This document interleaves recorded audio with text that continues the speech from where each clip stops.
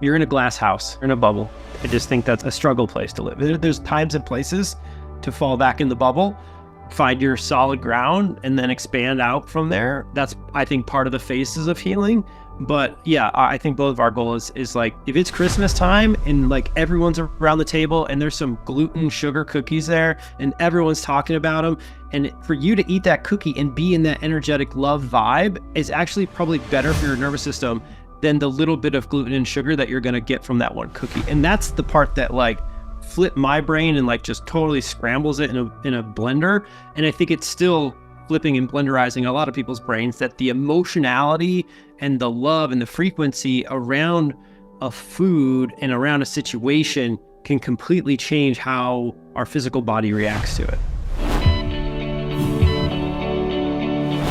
Welcome to the Flow podcast. I'm your host, Kelly Kennedy, and I'm just going to set the attention and focus today as you are brought into the mind and the heart of my dear colleague and friend, Stephen Wright, who has created healthy gut formulas that are above and beyond many of the product lines that are out there on the market. I would dare say, if not one of the best. And as how we do one thing is how we do all things, Stephen is an incredibly quality person who has created quality products. And I really want everyone to take a breath and set the attention today. Let go of what you might know or think you know or understand about the gut, about the health of our nervous system and how the gut and the nervous system relate, and allow yourself and us the opportunity to flow together today, to take our genuine connection that we truly have and bring our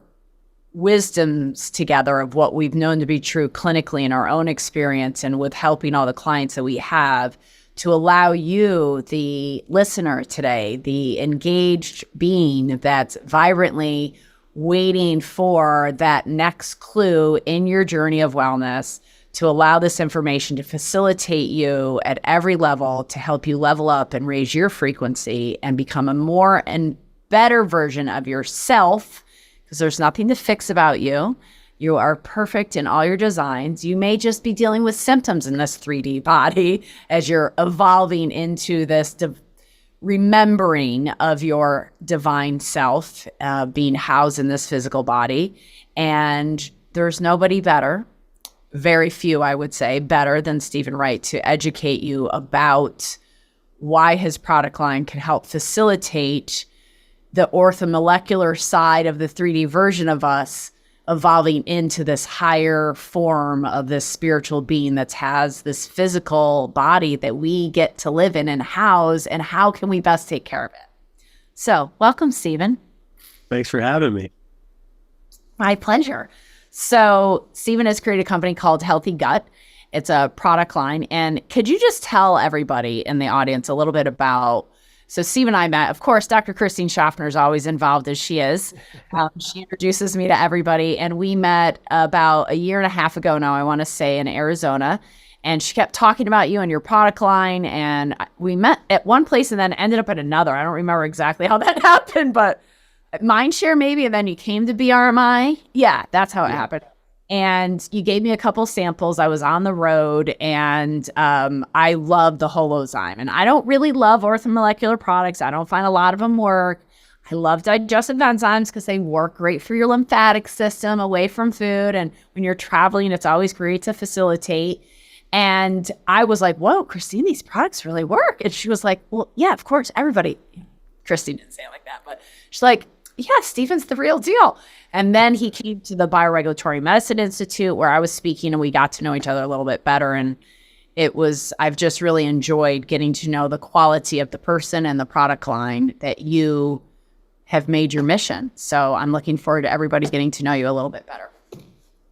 Yeah, well, it's been a pleasure getting to know you as well. And thank you for the kind words. It definitely, if you had to boil down what I love doing, I love inventing like awesome stuff. I never really thought of myself as an inventor until very recently, but yeah, I just enjoy making something better than anything else has ever been made. And did you always start off like, oh, I want to create a product line in my life? No. I mean, it's funny.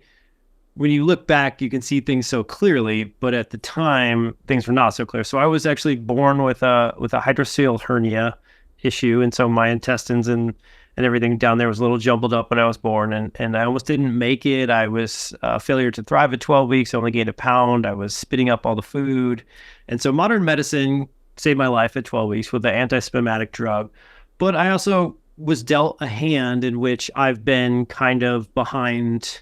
I've been playing with one hand behind my back in my gut for my whole life. And so, the story of all the risk factors that I have from, taking 3.5 years of Bactrim DS because a dermatologist said that that's what I needed for my acne, and then waking up in a hospital and all they could find in my gut was bifidobacter, to going through electrical engineering college, taking 20 credit hours for 5 years, and just doing beer and pizza to get through that. So like the risk factors that I had to create a really messed up gut and nervous system were started from birth, and I didn't really have a choice in that.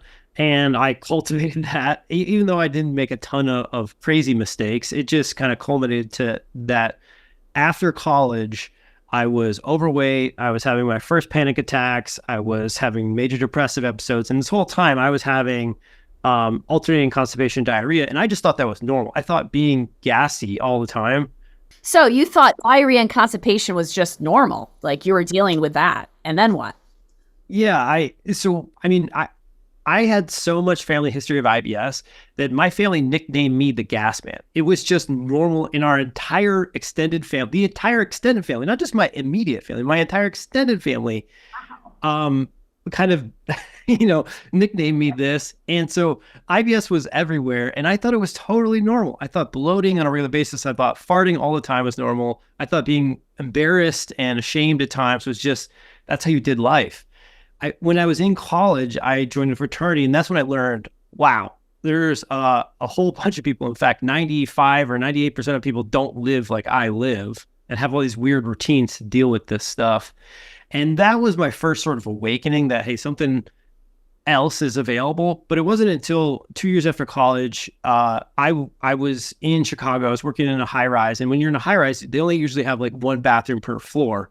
And so if the bathroom's occupied and you have IBS, or if you have a bunch of farting issues, and that farting is like, I was having visceral hypersensitivity, which feels like knives in your gut. It's a subset of IBS folks. And you just have to fart. Like there's literally no way to get rid of the pain. Well, my coworkers got upset, as they should have, and reported me to the boss. And the boss called me in on a Friday afternoon and was like, "You're the smelly guy. You got to get this handled if you want to work here." And so that was, kind of I got 2x4s to the face. I got different wake up calls from the universe. I chose not to take them. And this was kind of like the big embarrassing moment to wake me up and send me into the doctor's offices. And so I went and saw several Western physicians in Chicago. They were like, "You don't have celiac disease. You can have all the antibiotics you want. You need to take Metamucil and eat all the whole grains you can." And so I already knew that whole grains didn't work for me. And I already knew that Metamucil didn't help. And so I just thought, well, I just have to suck this up. And I would miss dates. I'd be on the toilet all night. I just have to do life. And so, luckily I had a fraternity brother who was like, "Look, there's this diet I tried. He was celiac and gluten-free, didn't work for him." So one cool, interesting little marker on the timeline was like, this guy was like militant about being gluten-free, and he was still having diarrhea. He couldn't get help. And so he went on a specific carbohydrate diet, which is a restrictive diet. Not many people use it anymore, but it's a version of like paleo autoimmune or something like that in a way. I tried it, and within 7 days, 50% of my bloating pain was gone. And this was just a monumental day or moment for me in my life, because now I've been embarrassed, I've been ashamed, now I'm angry, and now I have empowerment. And so all of that kind of dark energy and negative energy in some ways, I was able to begin to channel into, holy cow, I have a lot more power here than I thought. And I was handing all my power away to these doctors who said, "We can't help you, you're normal. And, F them, I can do something about this." And maybe they don't know what I think they know. Maybe there's a lot more out there. And so I kind of fell back on my schooling, which is like, just find somebody like you who solved the problem you have, reverse engineer it. And so that launched me on this new path in life, starting this company back in 2009, and just trying to share a message. Like if I found something that worked, I ran it through an sort of an engineering lens of like, okay, if it works on me, that's a good data point, but not all that important. We need to go check the scientific literature. How would it make sense in light of what we know from science? How would that make sense in light of other clinicians that I can have access to, other people like me who have that? And if some of those data points started stacking up, I would write about it. I would blog about it. I would make an info product about it. And then throughout the years, we opened a clinic for a little while after the Kalish Functional Medicine Institute. And this is where my eyes were blown wide open. Because I mean, I had some awakenings, but I did not realize that you could give 20 people the same type of curcumin and not get the same results. In fact, you could take a supplement company's research and they could be promoting this new brand of curcumin, this liposomal curcumin that was like the best in the world. And you could switch from this boring basic curcumin that you were getting results with. You could go to the new stuff and get absolutely failure results in clinic.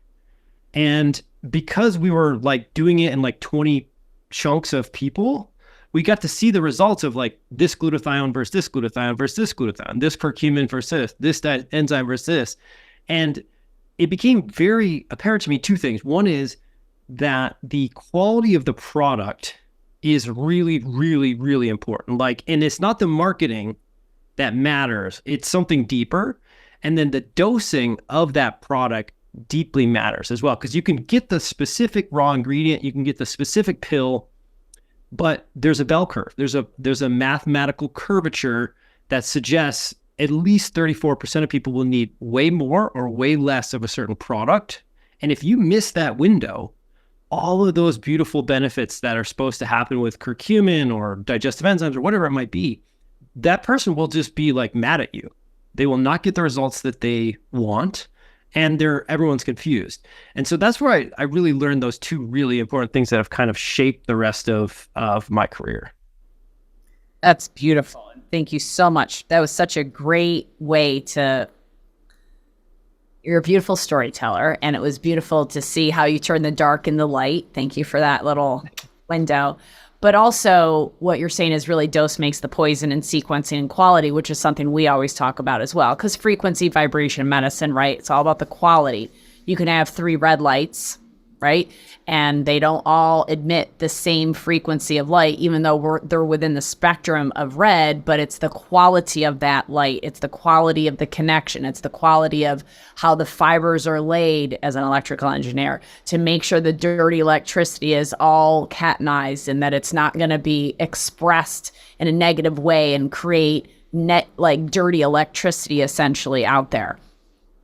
For instance, but with product, looking at the quality of product is monumental. The sequence, and what we say is if you get a response from our product, like when we started first playing with your product, I know, we had some back and forth and you were like, oh, that's way too much, or nope, that's not enough. You need to give it more. And it was like, oh, okay. So even though we muscle tested and all that, sometimes muscle testing isn't perfect for everybody.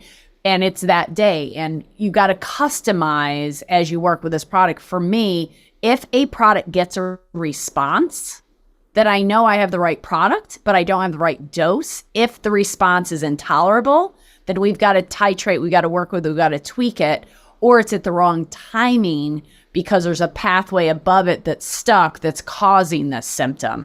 That if you get a response with a regulatory product, with a natural product, not with a forceful product, not with a pharmaceutical product or a herbal, to be honest with you, that will force the body, but with orthomoleculars and homeopathics and drainage that allow the body, there's never, if you're getting a response and it's the right thing, it's just there's something stuck that's not having the right tolerable, appropriate response. Would you agree with that, Stephen?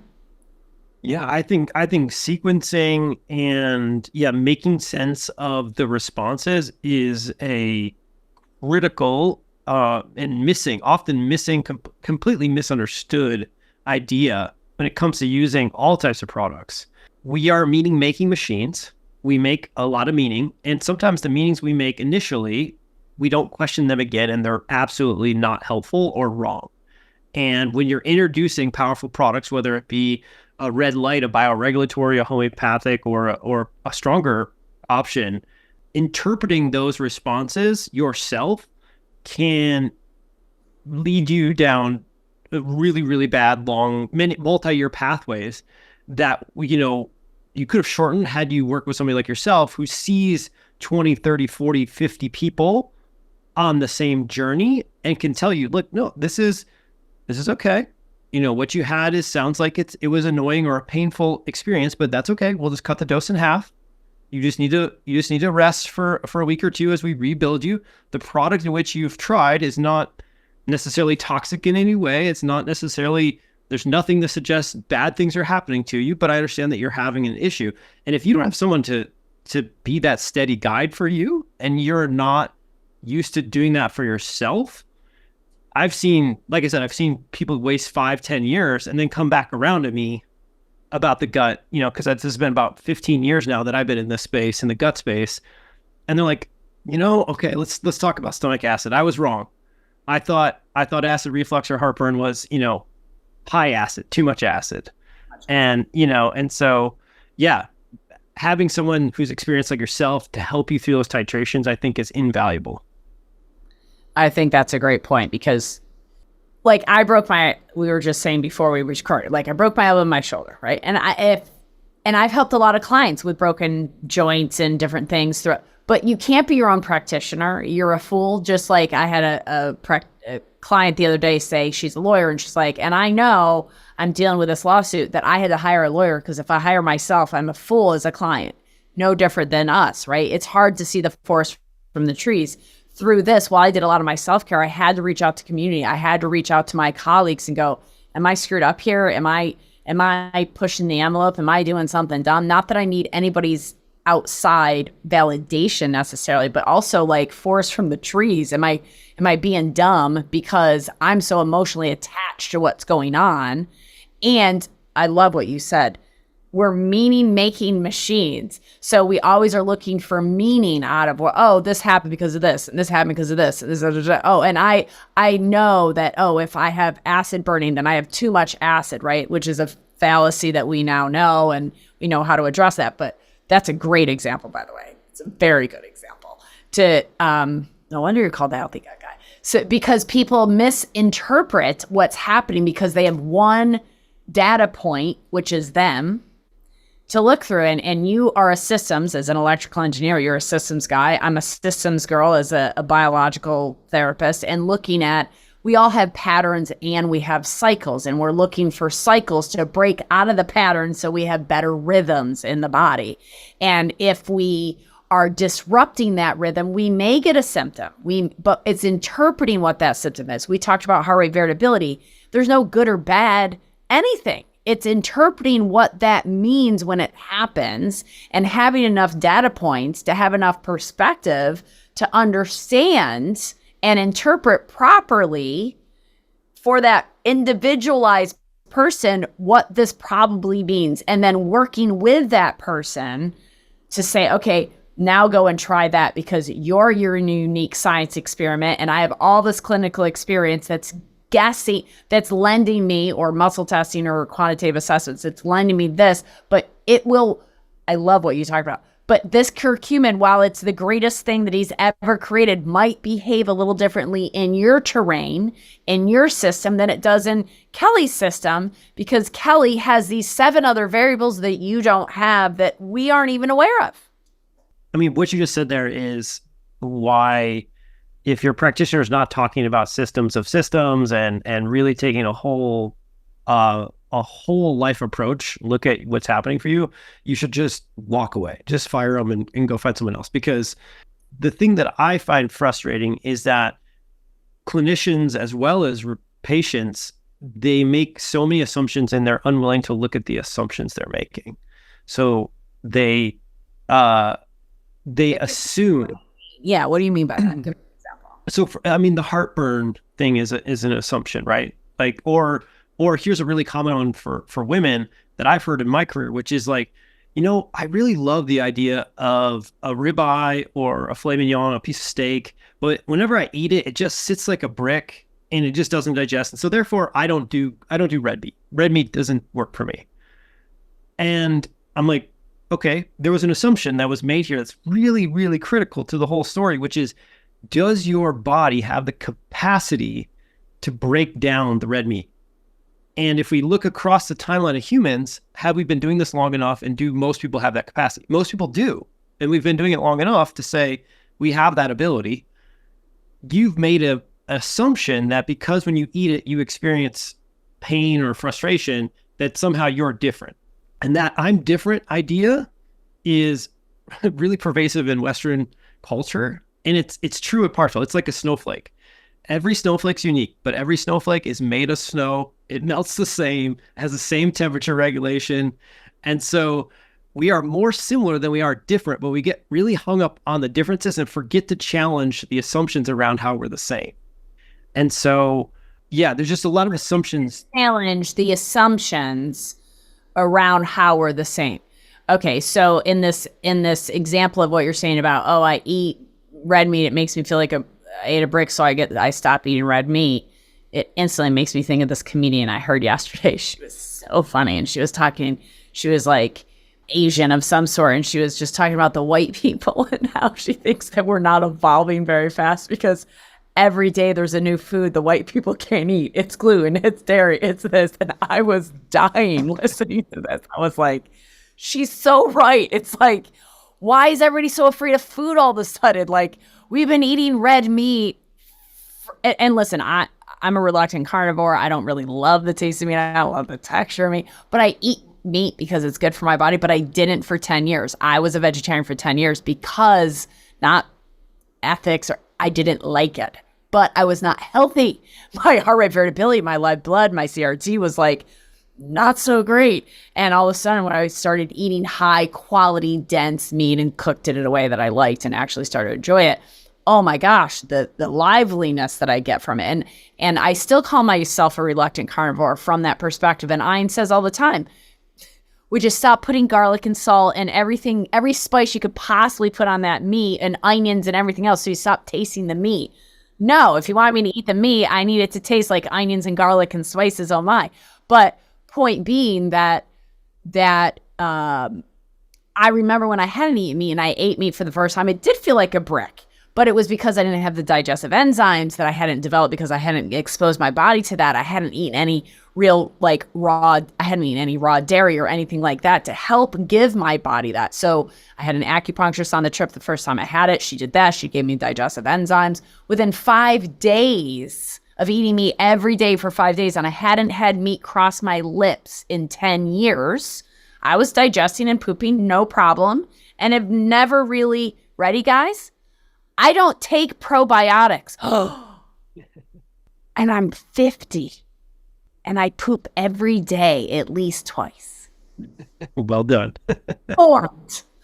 Right? And if not, then I take something. But I'm curious about your perspective on probiotics, because that's one of the assumptions that I would like to dismiss is you need probiotics forever and forever for the rest of your life. Do you feel that? And maybe I'm off. Stephen, I'm willing to be off. Okay, so again, this is how I think differently. So we have now consumed every month that goes by right now, we are consuming more probiotics in capsules and powders and pills than we ever have in the history of humans that we have recorded of humans. But we have just as many, if not more, health complaints, especially gut complaints and or nervous system complaints than we ever have. So probiotic consumption has done a vertical spike, but health conditions have just kept right on with it. So if probiotics was the answer to our gut issues or to our nervous system issues, those curves would have been different. We'd be doing something different. And so no, probiotics have not lived up to their hype, especially the product design. Part of it's product design. It's not that probiotics don't have certain probiotics at certain dosages are very powerful in the right individual. But there's a few variables there. One is product design. These products out there that have 10 billion or 100 billion, 4 trillion, and they have 10 strains, 15 strains, that is old thinking that's old. It's been thoroughly debunked that those products do not usually help. In fact, sometimes they hurt. And at most of the time, you're just wasting money by taking them. If you want to improve your gut and you want a probiotic type experience, the best thing to be doing is eating truly fermented foods, sauerkraut, kimchi, whatever, even kombucha, actually. Pickled eggs, different. Yeah. Yeah. So that is the most surefire way. Now I'm not saying that all probiotics are not helpful. In fact, if someone's listening and you're like, I love this probiotic, it changed my poops, it changed my whatever. That's possible and 100% backed up by the scientific literature on these bugs. But what I said is the absolute critical truth is that you have to have the right strain at the right dosage for the right outcome you want. And that matching all those variables up in the current landscape of all the supplements in the world is extremely hard and almost impossible in many instances, because the creation of these products is highly expensive to get the actual studied dosages. This is a trick that a lot of supplement companies play on us, is that the study will use, say, 1,000 milligrams. And the first ones will use 1,000 milligrams. They'll have this great response to something, and then they'll start running lower and lower trials, 500 milligrams, 200 milligrams, and they'll still see a little response. And so they'll tell the supplement companies, hey, you can use 200 milligrams and you can claim it does similar things to the 1,000 milligrams. Or the supplement company will read the study and say, hell, look, this curcumin, 1,000 milligrams a day did really well for knee pain. I'm going to make a product for knee pain, but they're only put 300 milligrams in each capsule. And you as a consumer, if you had not read these studies, if you had not gone to the depths of PubMed, of the details of the dosage in the study, you have to dive into the actual materials and the source of the materials in the study to even know if it's going to work for you. And so there's all these tricks being played, whether raw ingredient manufacturers try to slowly reduce the cost of a product to get market adoption, but it doesn't actually improve clinical outcomes. In fact, it makes it significantly worse. This is true with citrulline for brain health. The real studies were at 1,000 milligrams a day, but everybody else is out selling 250 milligram capsules because it's cheaper. The same thing's true with curcumin. Most of the really amazing curcumin studies are at 1,000 to 2,000 milligrams a day. Most of the pills you buy are 150 to 300 milligrams. And so the same thing's true with probiotics. And it's even more complex because you can't just say Lactobacillus acidophilus. You have to say Lactobacillus acidophilus L92 or whatever that specific thing is. And then you got to make sure that that strain is at the proper dosage. And so, at some point, Healthy Gut will start introducing probiotics.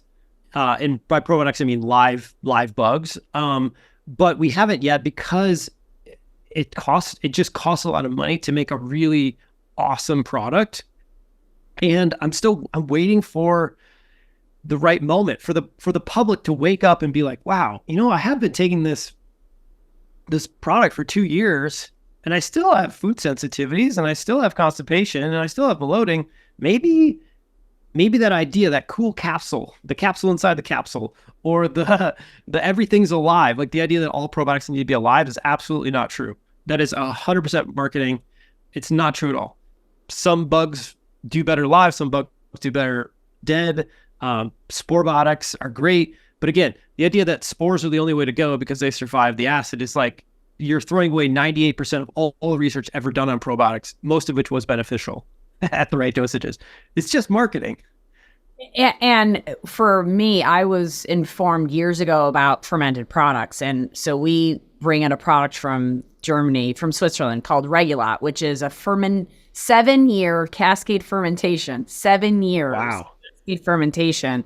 And it's walnuts and onions and dates and, 12, 15 foods, and it creates micronutrients. And it's liquid. And so it's totally bioavailable, totally absorbable. It changes live blood free, and it's literally been in my refrigerator, not the same bottle, obviously, but we've had it in our refrigerator. And anytime I have any digestive anything, I'm just, take a little shot of Regulat. And that it's the first thing that crossed my son's lips outside of breast milk was Regulat, because it was it's a fermentation product. It's good. I'm not going to cascade ferment anything for 7 years. And I absolutely cannot stand vinegar products. It's just not my palate. I don't like fermented food. So it's the way that I dose it, right? So, but for me, it's like, get it from food, create the probiotics from putting your feet in dirt, like get dirty, and allow your body to absorb. And then as you correct your nutrition, you should keep up with the gut flora to make sure that you got good balance, because you got good variety and you're not eating the same foods over and over, and it's high quality. But let's delve into quality. Yeah. So when you're sourcing your products, when you're creating your enzymes, when you're creating all your different product lines, what are you looking for when you're sourcing this? Because I think this is something that not a lot of end user consumers look at, because as you said, marketing often wins. Like, God bless some of my family members, but I saw it on TV, so it must be good for me. What are you talking about? I would never buy a health product on TV. So marketing, facts tell, stories sell, but really when you're a practitioner, when you're a clinician, really as you are, who's decided to go into manufacturing, you're looking at the quality. I know Dr. Schaffner, who also is creating her own product line, she always looks at the quality. People go, oh, wow, that's expensive. And I'm like, well, I don't know. It's not really that expensive because of the quality of what you're getting. It's going to be that much more impactful. But what are you looking for, and what do you want the end user consumer to consider, as well as practitioners to consider, when they're evaluating product lines? Yeah, I mean, I start my research process on anything with a twofold deep dive. One is in the research journals, like all of PubMed from around the world, not just US data, but data from other countries and other languages. And then I look at the top products in the marketplace, and I look at what are their dosages and what are their formulations. And so what I'm trying to find from the marketplace initially, if I'm, there's only been a few products. HoloZyme's the only product that's really like brand new. No one's ever done before. A lot of the other products are just, hey, why is this product kind of suck? Can we make it like 2 or 3 times better? Because it should. Because like if you look at the anatomy, if you look at biology books, if you look at everything, and you look at the research journals, like digestive enzymes should be like a go-to option for anybody with any sort of gut-related complaint or even chronic health complaint, frankly. Like it just makes so much sense. In fact, it makes so much sense that even Western providers all the way through the most Eastern providers agree that digestive enzymes are a good idea. It's one of the most universal ideas. But if you go look at the reviews out there on all the enzymes, they're very weak. Very hit or miss. Yeah, very hit or miss, very weak. And so I wanted to try to figure that out. Like, okay, I looked at all that. I thought like, all right, so Digest Gold has really good reviews. The AT Pro, the super expensive line. Other ones like Thorne Dipan 9 have really good reviews. There's some US enzyme products that have some really good reviews. I thought, okay, well, what if I just take all of those products and I combine them all together and go get a quote on that? So that's how I started it. And I took it to like several enzyme manufacturers, and their scientific people were like, I don't know if you'd want to do that. Like that could be so powerful. It could harm someone. Also, we're going to quote this to you at $30 a bottle, just manufacturing costs, not any other costs. And I was like, well, this can't be the solution. And so then I just can't stop like digging. I got to go know why. Like, why is this the case? So then it becomes looking at those assumptions. What are we assuming is true here?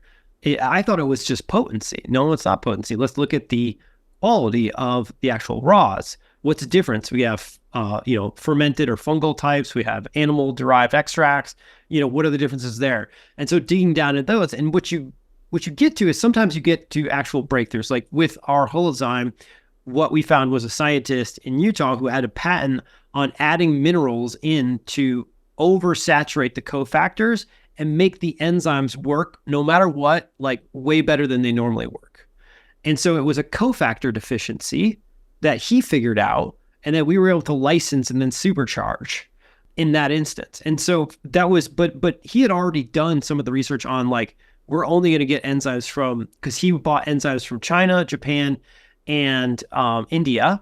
And then enzymes are super duper confusing. Like literally I've been in this industry for like 5 years now, and sometimes I still even get a little wound up in my head. But enzymes are rated based on their capacity to do their jobs. All other botanicals, almost every other supplement in the world is weighted on volume, like just mass. So 100 milligrams, 100 milligrams.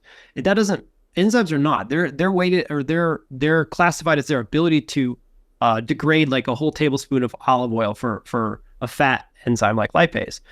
Well, what he did was he bought enzymes from around the world and ran them through a third-party lab. And what he found is that the classifications, if it said it could do, a tablespoon of olive oil, they were differences. There was 20% here, 15% there. And so you have to do your due diligence on what the actual manufacturer is telling you, because they do the tests differently around the world. And if you're going to try to build, in my opinion, this is, I guess, a core belief I have. When I sucked at cooking, when I had to learn how to cook my own foods, some chef told this, I don't know if it's Jamie Oliver or something, like a chef from that was famous, like not currently famous, but like a little bit ago famous, was like, if you just start with the freshest ingredients, it's really hard to screw up a meal. Like it actually is like, and so I actually think about that when I think of creating a supplement now. Like if I start with the highest quality of every single ingredient I can find and double check, it actually almost guarantees the product works, because I don't know exactly how I fixed it, but by maximizing every single variable, I give myself a chance of making an amazing product. Just like it's so much easier if you get fresh garlic and fresh steak and fresh onions. And even if you don't know how to properly, grill the steak or whatever, it still tastes pretty dang good.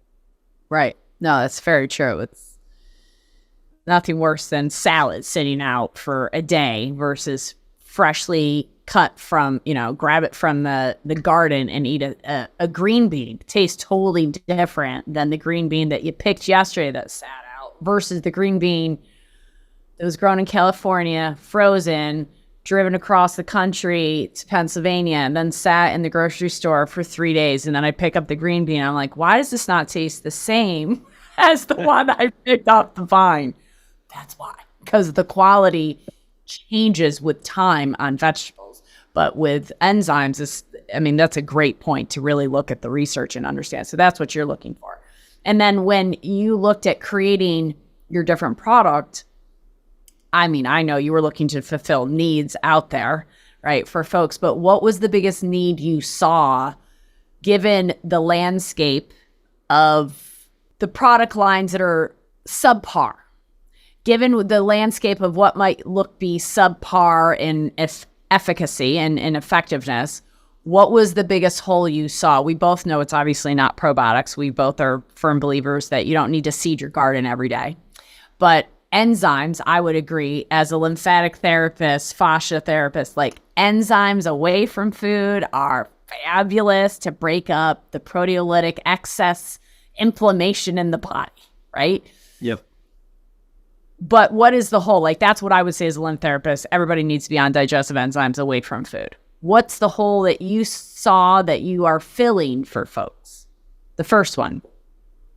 HCL Guard was our first product, but HoloZyme was our first big, I think. HCL Guard is the innovation there was combining a motility support and mucosal support in with a traditional HCL product, and then including intrinsic factor, which is just, we know from anatomy, but no one ever did it. So I made a better HCL, but I can't say that it's like 1,000% better or 100% better than someone else's HCL. I think maybe it's 50% better than the majority of the products out there. But HoloZymes, the enzyme marketplace, was a place that no one was focused on. Everyone was focused on prebiotics and probiotics and killing. Lots of killing brands on binding. So you had a lot of binding and killing people. And then we have a lot of probiotic and prebiotic people. And so I didn't necessarily think that as a startup company that we could really play in those spaces yet, because there was so much money and competition there. So I wanted to look at what are the things that I needed personally, because part of this coincided with my now wife being diagnosed with breast cancer, and my other business sort of blowing up and needing to be pivoted. So all the same, like 6 months, there was cancer diagnosis, business blowing up, having my first home loan, all these things. And sure enough, what came back? All of my bloating. Not all of it, but enough that I was very annoyed. And so then I went back to my supplement cabinet, which is more like a pharmacy, and I pulled out the things that had worked, and I started taking them again. And then I just get really angry. I get angry at stupid product design. I'm like, this makes so much sense. Why does it not work the way it should? And so I think HoloZymes was kind of that first thing that I was solving for myself, but also for the greater world around how can we make a product that works for like 50, 60, 70% of people on the regular? Because in engineering worlds, like if you're making a bridge or a car, you don't get to allow 10% of the car wheels to fly off. Like that's not okay. In medicine, if you get 30 to 35% response from a supplement or from medicine, they're like, you did great. Well done. We can approve this. That's a terrible response rate when placebo's 30. And so I just think that when we're building products, part of what I'm trying to do is plug a hole where there's a bunch of people who are having negative experiences. They are not seeing the actual results from what's been promised to them. And how can we do that? How can we limit the negative ingredients, and how can we soup up the positive ingredients in order to get the outcome that they really wanted? So, and just I'm pulling up the ingredients just so everybody can listen to this for a second with HoloZyme. So it's a combination of protease, amylase, lipase, cellulase, sucrase, alpha-gluca, I forget how to say it, glucosidase, say that one? It was a little bit of a breakup. Was it alpha-galactidase? Alpha-galactosidase. I've never been great at saying that one. Lactase. So it's basically all enzyme. It's not. Yes, galactidase. Don't look at it. I can actually say it better than if I look at it. The T and the D. Tosidase. Okay. So, but they're enzymes, and it's the combination of enzymes that you were like, okay, all of these, when I look at the literature, all of these should have these physiological mechanisms that they're employing in the body, because the body, the digestion is highly dependent upon enzymatic activity. And when I look at the literature and the research, this all makes sense that this is physiologically facilitating when you have these enzymatic activity, that it's going to facilitate this mechanism in the body and allow the body to have healthy gut. And you were frustrated, angry, love it, with going, I have all this shit in front of me and it all says, and the research says, but it's not doing what it says it should be doing. So I'm going to go find the product quality and combo and then dose it appropriately to get the best result. And across the board, HoloZyme, which is the product I fell in love with first, is the one that you would say is the home run hitter for most people, that 50% of the people are lacking a lot of this enzymatic activity and can benefit from taking this. That's what I want people to understand when they're looking at supplements. Because when people come to me, they've been to 10 to 15 doctors and practitioners. And then they come to us and they're like, oh, I'm taking all these protocols. Most of the protocols are pills, and they tell me they have leaky gut and then their gut doesn't work. And I'm like, well, this doesn't make any sense. And they're not pills that are necessarily moving forward. It's a lot of probiotics. It's a lot of lesser quality products that I've had experience with that get subpar results. And then I'm up against going, well, I want you to buy more products and invest in money, into these product lines that work. And they're like, well, I already have a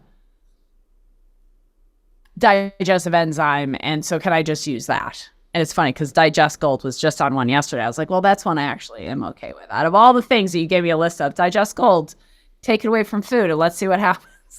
So, but I'm just curious from your perspective on that. Yeah, I mean, it's frustrating. Like I have a supplement graveyard too. I have a that's what I call it. It's the place where the supplements you bought for some intended outcome, they go to die because they didn't do it. They made you feel worse. Or you find out that later on it's a watered down product. It's not based in any research, things like that. And so I don't I don't love it either from that perspective. I think the frustrating thing is that it does cost a lot of money to put together a real product, to put together an efficacious product that you can, with a high degree of certainty, say, if I get 100 people who are complaining of this issue, I give this to them, 70, 80, maybe 90% of them are going to have success. We just have to titrate the dosage. That's the only variable. The only variable is titration. To build a product like that costs a lot of money and a lot of time, and we can't compete with the $15 and $20 products out there, which are just watered down stuff that people, when they do feel effect, it's usually placebo. And nothing wrong with placebo. Nothing wrong with placebo. Placebo is a real effect. It's okay to have placebo. But a lot of products between, especially if you look at the marketplace and most of the rest of the products are more, if they're under $25, it's usually a lot of placebo. It's watered down, and that's just frustrating because people want to be helping themselves. Otherwise, they wouldn't be spending even the $25, and they are probably being sold something that has a really small chance of getting the actual job done. Or like you said, between different practitioners and their own online research, they've cobbled together a really intense protocol that if you were to step back without assumptions and look at the protocol, you'd be like, there's a lot of wasted money here, and I don't know that this is right for this phase. So it's not that like CoQ10 or ubiquinol or something, ubiquinol is the better version of CoQ10. It's not that that's a bad thing. It's actually awesome. The research on it for anti-aging, for ATP production, things like this, super, super awesome. But like, is that really what you should be focused on? Like if you only have $40 to spend right now, probably not. Probably getting every nutrient from the food that you're also spending a lot of money on might be more important. Or if you had like some sort of mold issue, probably, getting some sort of binder or some sort of like glutathione or something might be more important than digestive enzymes. I don't know. You'd have to work with your provider, but it's better to have one amazing product at its job than like 5 mediocre products and dose that one product great, because you'll actually heal that situation.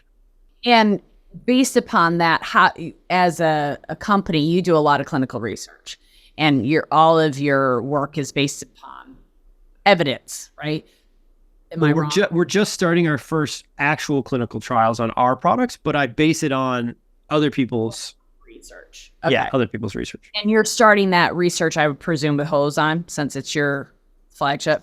It's up in the air between HoloZymes and Tributary right now. So yeah, that's fair. So as one of the last questions, and well, actually 2 last questions. One is nervous system. We talk a lot about the nervous system, and the gut, for me, 50% of your lymph is made in your gut. The healthier your gut is, the better the lymph's going to work, all that. Your nervous system, you're a feeler, you're a knower, and you're a thinker. We feel so much. It's a lot of the nervous system tissue. What have you seen in your years and how getting a healthy gut can actually support the nervous system, and how getting a healthy nervous system can support the gut? And if you could just talk about that a little bit. Yeah, we had talked earlier about being open, and we essentially were talking about being open to new ideas and new assumptions that you made. And so I had an amazing practitioner as well as a mentor back in the day, Chris Kresser, and I was his podcast host for almost 5 years, I think 4-ish, a little over 4. But I also did consults with him because I was struggling back in 2012 in those time frames. And at that point in time, I had already done the Kalish Institute. I was my own worst patient, trying to, figure it out on my own. I had access to literally all kinds of clinicians. I had access to every lab test, and I had at least enough money or enough dumb ideas to run up really big credit card bills on whatever I wanted when it came to that stuff. And I could not figure it out because I had handled my detox. I'd handled my hormones. I'd handled my gut infections.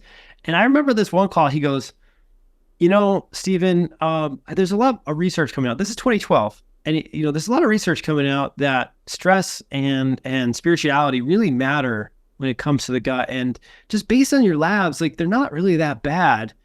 I just think that maybe you should try meditation. Maybe you might want to meditate, and maybe you have a stress issue. And you could read some of these books, and he gave me some Pema and a few other ideas. And I was so freaking mad. I was like, I just spent like $500 for you to tell me I'm stressed. I was so mad at him. And it took me until like 2016 when I had literally now tapped out the entire world of food and functional integrative medicine. I'm talking hundreds of thousands of dollars, everyone on speed dial that I can talk to.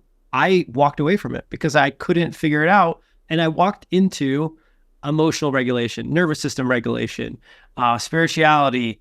And that was the missing part. He called it way back, 3-4 years earlier, but I wasn't ready to challenge that assumption and hear it. I thought it had to be written in the scientific journals. I thought it had to be measurable and knowable.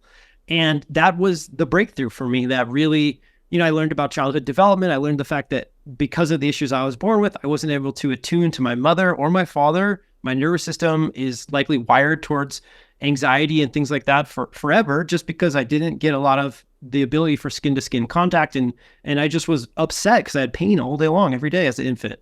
And so duh, you look back and you connect the dots, you're like, well, dude, you would really benefit from a lot of nervous system rewiring. But I was not ready to hear that. And it's been through that journey that I've really married those two sides of the equation to me. And I think it's absolutely critical. Like that was the missing answer for me to stop having the visceral hypersensitivity that was like unknowable. Like I have meticulous journals. I told you I have a pharmacy in my house. I do not have an issue around taking copious dosages that have never been studied before. Nor do I have an issue about ordering stuff from around the world and taking it before anybody else. I will try most everything. And that stuff didn't work. But what did work was, somatic experiencing, ketamine and psilocybin journeys that were very guided with a very, very structured aftercare to help make sense of things. Other things that worked was not the basic neurofeedback systems, but there's some low voltage neurofeedback systems that work on training the underlying current that's below the actual waves that you can measure. Things that are like deep nervous system related safety mechanisms to the world. And so these things started stacking breakthroughs for me such that my gut has never been more resilient than it is now. And it made the need for the products a lot less. And so I think you could start on either side. You can start with the nitty gritty of food and supplements, or you can start on the nervous system side. I think you just make sure you do both, I agree 1,000,000%. And I've said for years, like I started coming at it from one direction, but you have to do both. You need the orthomoleculars, you need the homeopathics, you need the physical body work, you need all that, but you also need to attend to the light and sound quantum physics part of us that's divine, that's bigger than this physical body, and all of the things in the middle, because it's the interaction. I call it the new AI, Stephen. It's aligned and integrated. So that you're aligned and integrated in the divine being, having a physical experience, and knowing that, when you fall down and go boom, like you've got to do things in the physical world, but you can upgrade them and be wise about how you do them. And I agree with you. The way I term it is you were kind of a life timer and trying to clean up your gut, and then you became a lifestyler when you started to enhance your frequency and go, okay, my gut's more resilient than ever because I'm connected to my source energy. And I know if I eat really bad food or eat too much or something, I also have the capacity to change that. But I also don't need that as much because I'm in this flow state that allows me sometimes to eat chocolate cake and not suffer from it like I used to. 100%. And that's my goal for everybody. I think that's your goal for everybody. I think that's why we get along. It's like, I want you to have options. Like if I want everybody to eat chocolate cake and enjoy it. That's exactly. Got it right. That's exactly what I want, and to not feel guilty about it either, because I love freaking chocolate cake. No, but in all honesty, you're right. I think that is what we connected about. We don't want people to suffer. We want them to live a full life and be free and not live this restricted. I can only eat this. I can only do this. And I have to take these supplements to feel well. And that's not free. That's not living. No, it's you're in a glass house. You're in a bubble. And I just think that's a fearful and a struggle place to live. There's times and places to fall back in the bubble, find your solid ground and then expand out from there. That's, I think, part of the phases of healing. But yeah, I think both of our goals is like, look, if it's Christmas time and there's in like everyone's around the table and there's some gluten sugar cookies there and everyone's talking about them, and for you to eat that cookie and be in that energetic love vibe is actually probably better for your nervous system than the little bit of gluten and sugar that you're going to get from that one cookie. And that's the part that like flip my brain and like just totally scrambles it in a blender. And I think it's still flipping and blenderizing a lot of people's brains, that the emotionality and the love and the frequency around a food and around a situation can completely change how our physical body reacts to it. Changes the quality. And one of the reasons we do these podcasts and I dive deep into vendors, practitioners, clinicians, other people that are doing this is we want to vet for you and understand why your return on investment, which is a new thing that I'm really talking a lot about, is you invest in high quality and it returns for you.